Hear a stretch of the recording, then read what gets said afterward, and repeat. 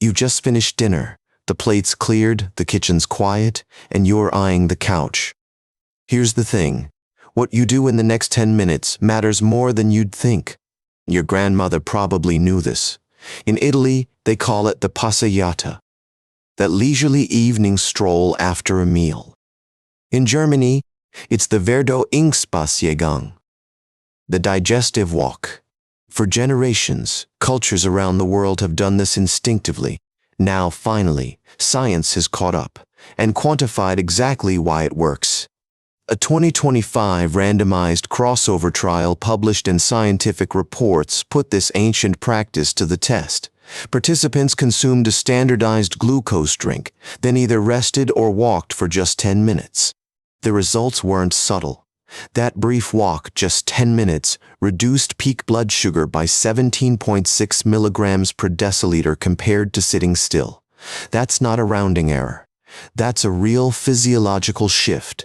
But here's where it gets interesting. The timing of that walk, when you take it, turned out to matter far more than anyone expected. Let's back up for a second. When you eat, especially carbohydrates, your blood sugar rises. That's completely normal. Your body breaks down those carbs into glucose, which enters your bloodstream. In healthy people, insulin quickly shuttles that glucose into your cells, your muscles, your liver, where it gets used for energy or stored for later.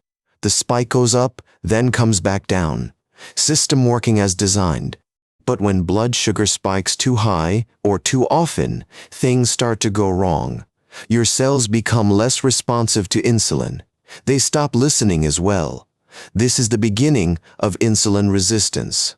And insulin resistance, over time, is the pathway to type 2 diabetes. It doesn't happen overnight. It's a gradual process, one that often goes unnoticed for years. This is why post-meal glucose spikes matter. Each spike is a small stress on the system.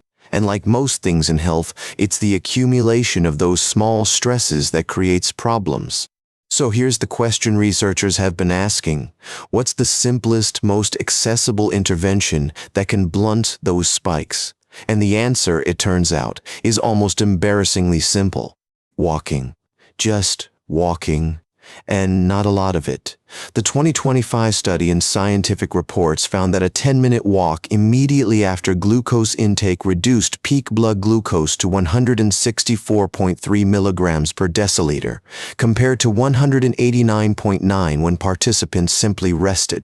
That 17.6-point difference might not sound dramatic, but in the context of metabolic health, it's significant, especially when you consider how little effort it takes to achieve. The study used a crossover design, meaning each participant served as their own control. They did both conditions, walking immediately after glucose intake and resting. This eliminates a lot of the variability that can muddy results in other studies. And the researchers didn't just measure peak glucose, they tracked it continuously, monitoring how blood sugar rose and fell over 2 hours. The walking group showed better control across the entire curve. But here's what surprised everyone. The study also tested a second condition, walking 30 minutes after eating rather than immediately. And the results were different. Walking immediately after eating was uniquely effective at reducing that peak spike, the highest point your blood sugar reaches. Delaying the walk by 30 minutes still helped overall glucose control, but it missed that critical window for blunting the peak. According to the researchers, that immediate post-meal window is when your muscles are primed to absorb glucose directly from the bloodstream, and they can do it without requiring as much insulin. This is the magic of muscle contraction. When you move, even gently, your muscles open up glucose transporters on their surfaces. They pull sugar in without waiting for the insulin signal. It's a shortcut. And here's what makes this especially practical. You don't need to power walk. The study used light to moderate intensity, the kind of pace where you can easily hold a conversation. A stroll, not a workout. This aligns with earlier research.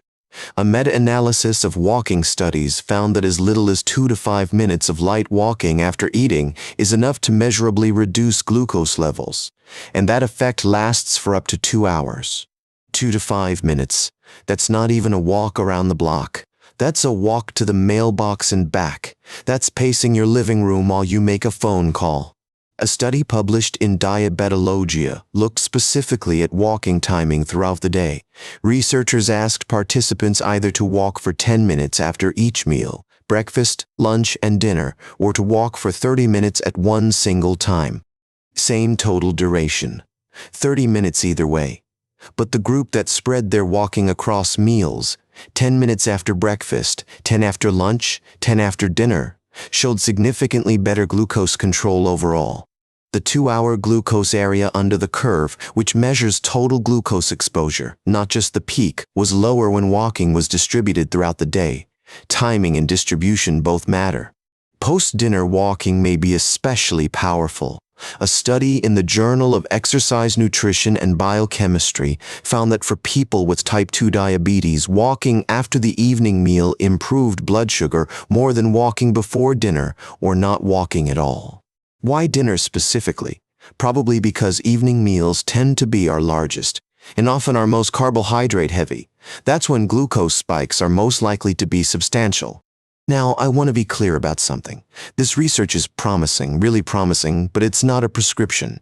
Everyone's body responds differently, and individual results can vary quite a bit.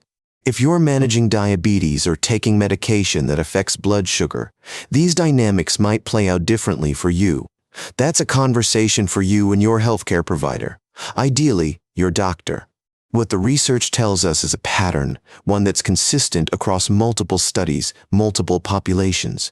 It suggests something real is happening, and it's worth paying attention to. Here's what we know.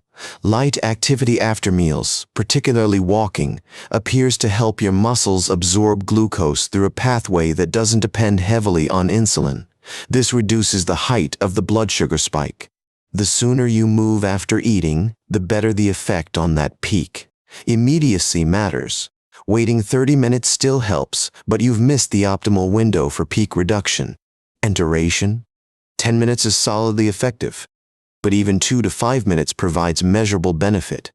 The barrier to entry here is almost laughably low. So, what might this look like in practice? If you can only manage one post-meal walk a day, dinner is probably the best choice. That's when most people eat their biggest meal and consume the most carbohydrates. If you can spread walking across multiple meals, even just 5 minutes after breakfast and 5 after lunch, the research suggests you may see additional benefits beyond a single longer session. You don't need to change into workout clothes. You don't need to break a sweat. Light intensity is genuinely sufficient, the kind of pace where you could chat easily with a friend. One approach that works for many people: tie the habit to something you already enjoy. Listen to a podcast. Make a phone call to someone you've been meaning to catch up with. Walk with a partner or a pet. The goal isn't to add another chore to your evening. It's to recognize that something you might already do, or could easily do, has more metabolic value than you realized. And consider this: even standing up and pacing your house for a few minutes counts. Folding laundry, tidying the kitchen. It doesn't have to be a formal walk, it just has to be light movement. The metabolic mechanism here is elegant in its simplicity. When your muscles contract, they open glucose transporter channels, called GLUT4, on their cell membranes. Sugar flows in directly from your bloodstream. This happens independently of insulin. It's a separate pathway, one that exercise activates directly. For people whose insulin response is weakened, this is an important alternative route for getting glucose into cells. I also want to acknowledge something. There's a tendency in wellness culture to optimize everything, to turn every meal into a performance, every walk into a protocol. That's not the spirit of this research.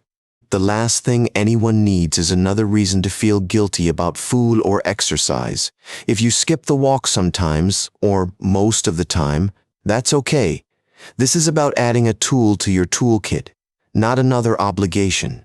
If you found this information helpful, consider subscribing. We cover research like this every week, trying to make sense of what the studies actually say and what it might mean for everyday life. The evidence here is consistent across multiple studies and populations. Walking after meals, even briefly, even slowly, appears to help your body handle glucose more efficiently. It's not a complex intervention. What's remarkable is how the modern research validates ancient intuition. The Italians, the Germans, cultures across Asia, they've been doing this for centuries without knowing the mechanism. They just knew it felt right. There's something profound about that. The idea that human cultures stumbled onto biological truth through trial and error long before we had continuous glucose monitors and randomized crossover trials to confirm it. So tonight after dinner you might try it, not as a prescription, just as an experiment. Step outside, walk to the end of your block and back, see how it feels. Your grandmother might have called it a digestive walk. Science calls it a post-prandial intervention. Whatever you call it, it just might be one of the simplest things you can do for your metabolic health. This is better health faster. Thanks for listening. Remember, this content is for informational purposes only and is consult your doctor.